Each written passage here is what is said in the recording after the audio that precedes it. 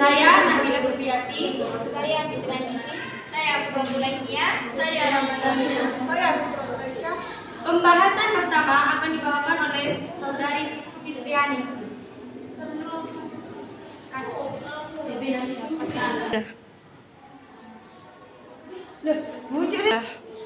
Ini adalah organ-organ reproduksi laki-laki. Yang pertama, kantung kemih. Yang kedua, seminal vesikal. Yang ketiga, kelenjar prostat. Yang keempat, falciparum. Organ reproduksi pria bagian luar disebut eksternal. Organ reproduksi pria bagian luar merupakan organ yang bisa dilihat secara langsung dan terbagi dalam beberapa jenis. Di antaranya adalah testis. Testis adalah alat kelamin manusia yang terletak di dalam skrotum dan memiliki jumlah sepasang. Testis ini berbentuk oval dan diisi sebagai penghasil sel kelamin jantan atau yang disebut dengan spermatozoa. Yang kedua, epidimis, merupakan organ yang memiliki saluran berkelok-kelok dan terdapat di dalam skrotum serta di bagian luar testis. Bentuk dari organ ini mirip dengan bentuk C untuk mengatur, menyimpan hingga mematangkan sperma. Karena pada saat masuki epidimis, sperma masih belum memiliki kemampuan bergerak, tapi ketika telah masuk ke epidimis dan menjalankan fungsinya, sperma ini akan dapat bergerak meskipun belum terlalu sempurna. Gas skrotum atau kantung belir. Bagian ini merupakan kantung yang berada di dalam testis. Di antaranya, kantung yang berada di sebelah kiri dan kanan telah dibatasi oleh sebuah sekat yang disusun oleh jaringan ikat dan juga jaringan polis atau otodartos. Otodartos dapat mengakibatkan skrotum menjadi kendur dan berkurang. Yang keempat, penis atau zakar. Penis merupakan alat kelamin bagian luar pada pria. Fungsinya sendiri adalah untuk melakukan ejakulasi, yakni dengan cara mengeluarkan sperma melalui uretra. Pada saat ejakulasi, otot yang terletak di kantung akan berubah menjadi mengkerut dan mencegah sperma untuk masuk ke dalam kandungan. Pembahasan kedua akan dibawakan oleh kurator.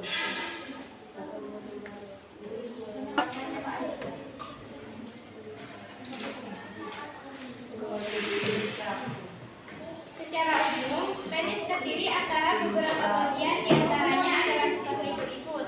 1. Gian penis adalah bagian kepala yang apabila telah melakukan gigitan, maka tak akan hilang tersebut lagi. Yang kedua, batang atau korpus. Penis yakni bagian belakang dari penis. Pangkal penis yakni bagian paling dasar penis. Dalam mili air mani terkandung sperma sekitar 60 hingga 100 juta.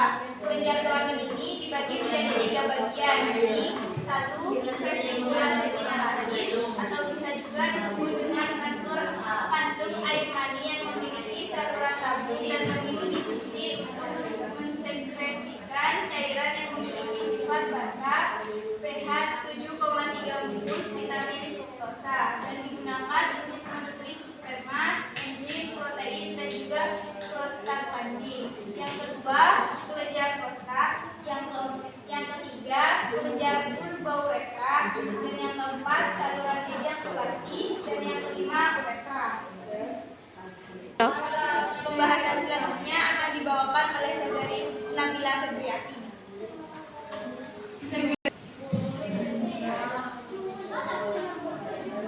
Fungsi organ reproduksi pria. Secara umum, organ reproduksi pria memiliki fungsi sebagai berikut. 1. Saluran kencing atau urin dalam saluran sperma. 2.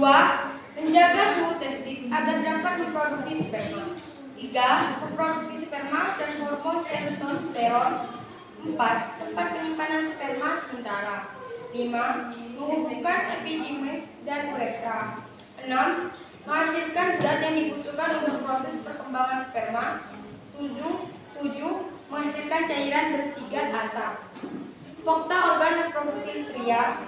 Peran utama organ reproduksi pria dimulai ketika pria memasuki masa puber. Semua organ yang sudah dijelaskan di atas akan bekerja saat menjadi satu untuk memproduksi sperma.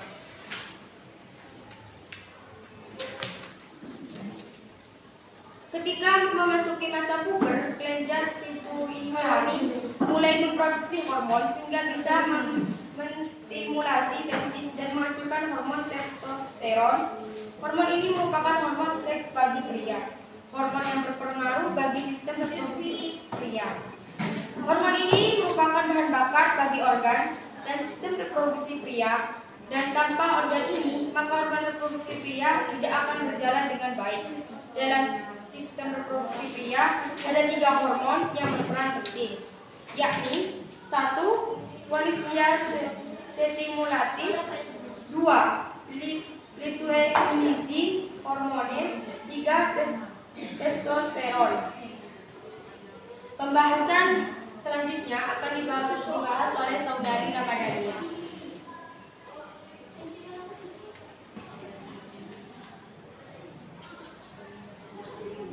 Penyakit pada sistem reproduksi pria. Sistem reproduksi pria berperan dalam memproduksi dan menyalurkan sel sperma. Selain itu, organ reproduksi pria juga bertugas untuk memproduksi hormon seks pria. Sayangnya, sistem reproduksi tidak lepas dari ancaman berbagai penyakit. 1. Disfungsi ereksi. Disfungsi ereksi atau impotensi adalah kondisi ketidakmampuan penis untuk mempertahankan ereksi saat berhubungan seks. Kondisi ini bisa menyebabkan stres dan turunnya rasa percaya diri pada pria. Pembahasan selanjutnya akan dibawakan oleh Saudari Anissa.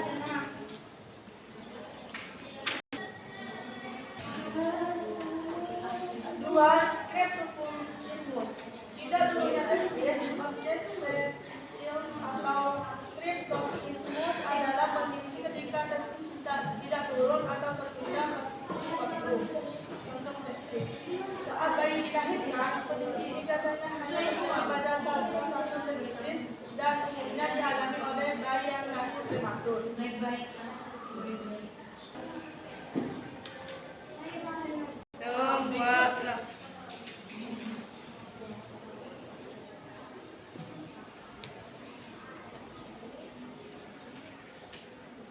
Cukup sekian pembahasan dari makalah kami, kurang lebihnya mohon maaf.